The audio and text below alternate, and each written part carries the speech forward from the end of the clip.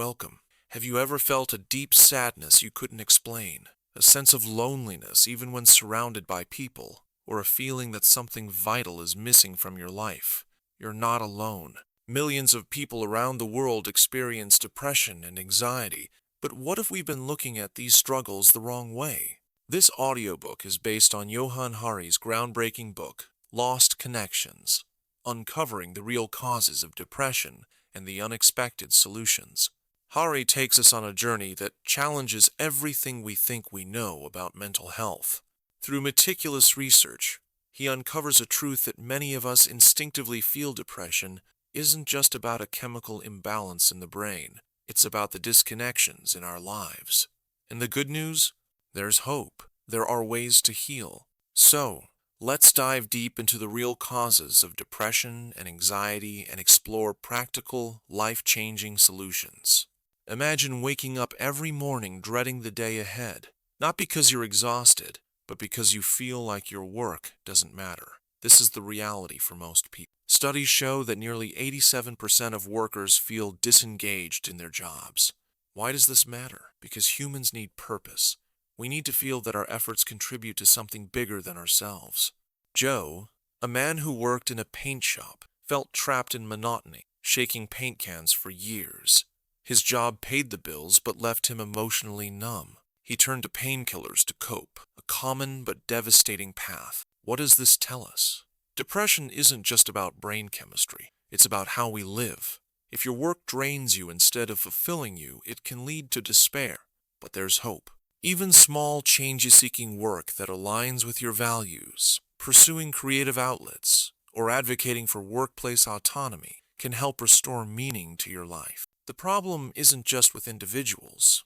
It's systemic. Workplaces structured in ways that prioritize efficiency over human fulfillment.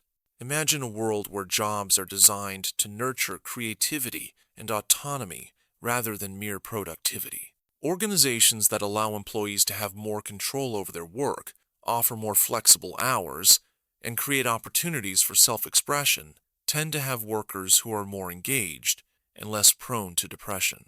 Many modern companies have realized this and are implementing new work models that foster a sense of purpose. Remote work, flexible schedules, and team-driven projects give people a sense of agency. Some businesses have even introduced 4-day work weeks, resulting in increased productivity and employee satisfaction.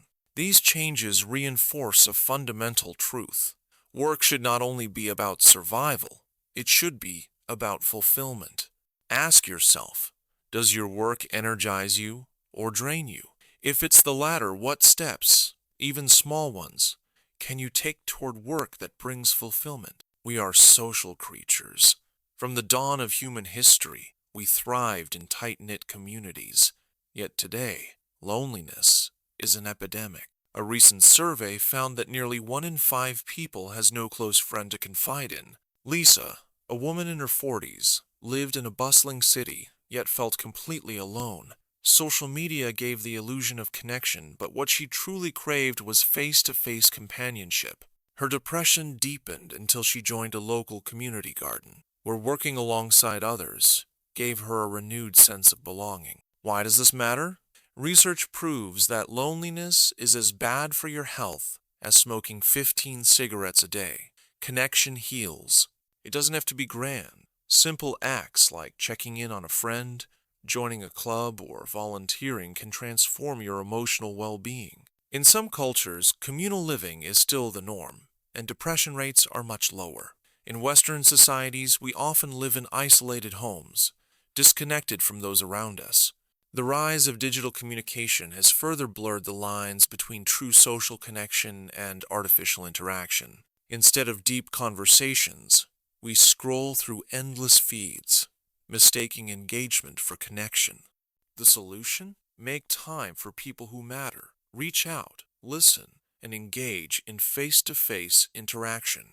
Consider starting or joining a local group where people share common interests.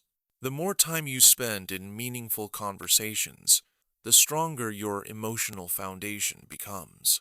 Who in your life have you lost touch with? What small action can you take today to reconnect? Modern life has distanced us from the natural world, but studies show that spending time in nature reduces stress and boosts mental health. Beyond nature, we also need to feel that the future holds promise.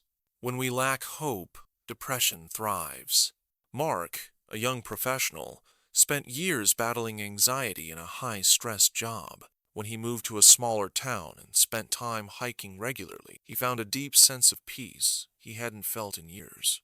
The more industrialized and urbanized we become, the more disconnected we feel from nature. Urban environments, with their fast-paced lifestyles and artificial lighting, disrupt our natural rhythms. Countries that prioritize green spaces, outdoor activities, and communal gatherings report lower levels of anxiety and depression. One promising intervention is green therapy, where individuals suffering from depression spend extended time in nature to aid their recovery. In Japan, the practice of forest bathing has been scientifically proven to lower cortisol levels, reduce heart rate, and improve overall well-being. Can you spend at least 20 minutes outside today? How can you build a sense of future optimism in your life? For decades, we were told that depression is caused by a serotonin deficiency. But did you know that even the scientists who promoted this theory now admit it's oversimplified? While biology plays a role, depression is much more about our environment, experiences, and the way we live. Studies show that antidepressants help some people, but they don't address the root causes of depression. For many, tackling disconnection is more effective than medication alone. The pharmaceutical industry has spent billions convincing people that depression is purely a medical issue. While medications can be helpful, they are often prescribed without addressing the root cause. If we truly want to heal, we must look at the whole picture of our relationships, our purpose, our connection to nature, and our hope for the future. If you struggle with depression, ask yourself, beyond biology, what aspects of my life feel disconnected? So, what's the way forward? Depression isn't just something that happens to you. It's often a signal, a message that something in your life needs attention and change.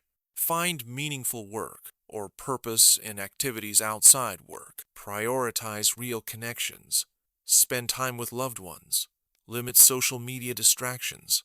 Immerse yourself in nature. Walk, hike, or even garden. Cultivate hope. Set goals. Engage in positive storytelling. As Johann Hari says, the opposite of depression isn't happiness, it's connection. If you've ever felt lost, know this.